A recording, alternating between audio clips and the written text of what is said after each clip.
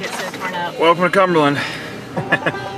On January 18th, 2013, the Georgia Conservancy, in partnership with REI, Keeping It Wild, and the National Park Service, traveled with 65 volunteers down to Cumberland Island for a weekend of service work. They met at St. Mary's and took 2 ships, including a barge across the Cumberland Sound, to arrive on the island.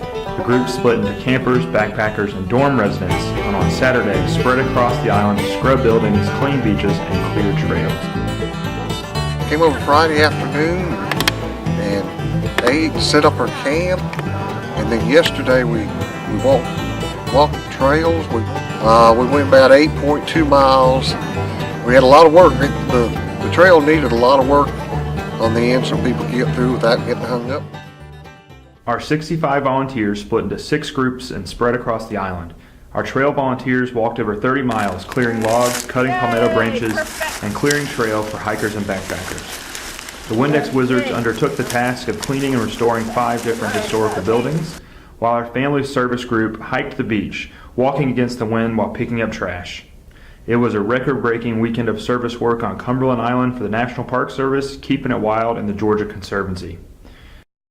I had an amazing weekend here on Cumberland Island. The first day we hiked along the beach. That's probably my favorite part of the trip. Finding shells and taking pictures of the sand blowing. That's that's like a photographer's dream right there.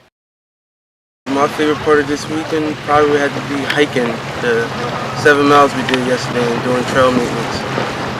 It's a lot of work, but it was worth it and fun at the end, seeing all the stuff, alligators, armadillos, something I don't experience back at home, so it was great to get it. I was part of a leadership team that included James King from Keeping It Wild. We brought together a group of students from Morehouse, Spelman, and Georgia Tech to experience Cumberland Island for the first time. Before the trip, we met to practice setting up tents, try on our Columbia backpacks, and go over plans for the weekend. Once we got to the island, we hiked from Dungeness to Sea Camp on our first day.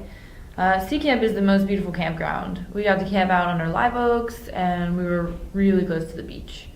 At night, I helped teach fire building skills, and on Saturday, we all worked clearing 8 or 9 miles of trail until we got to Plum Orchard.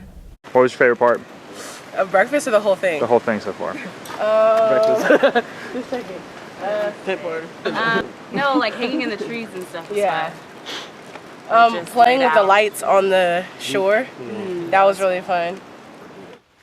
You can't pick out a favorite part of the island. It's just the whole atmosphere of the whole island is just so laid back. My favorite part was where we all got together at the campground and had a bonfire. I had a great weekend. I'll be back next time. We appreciate all the hard work put in by volunteers and partners, and we look forward to an even greater weekend next year. This is my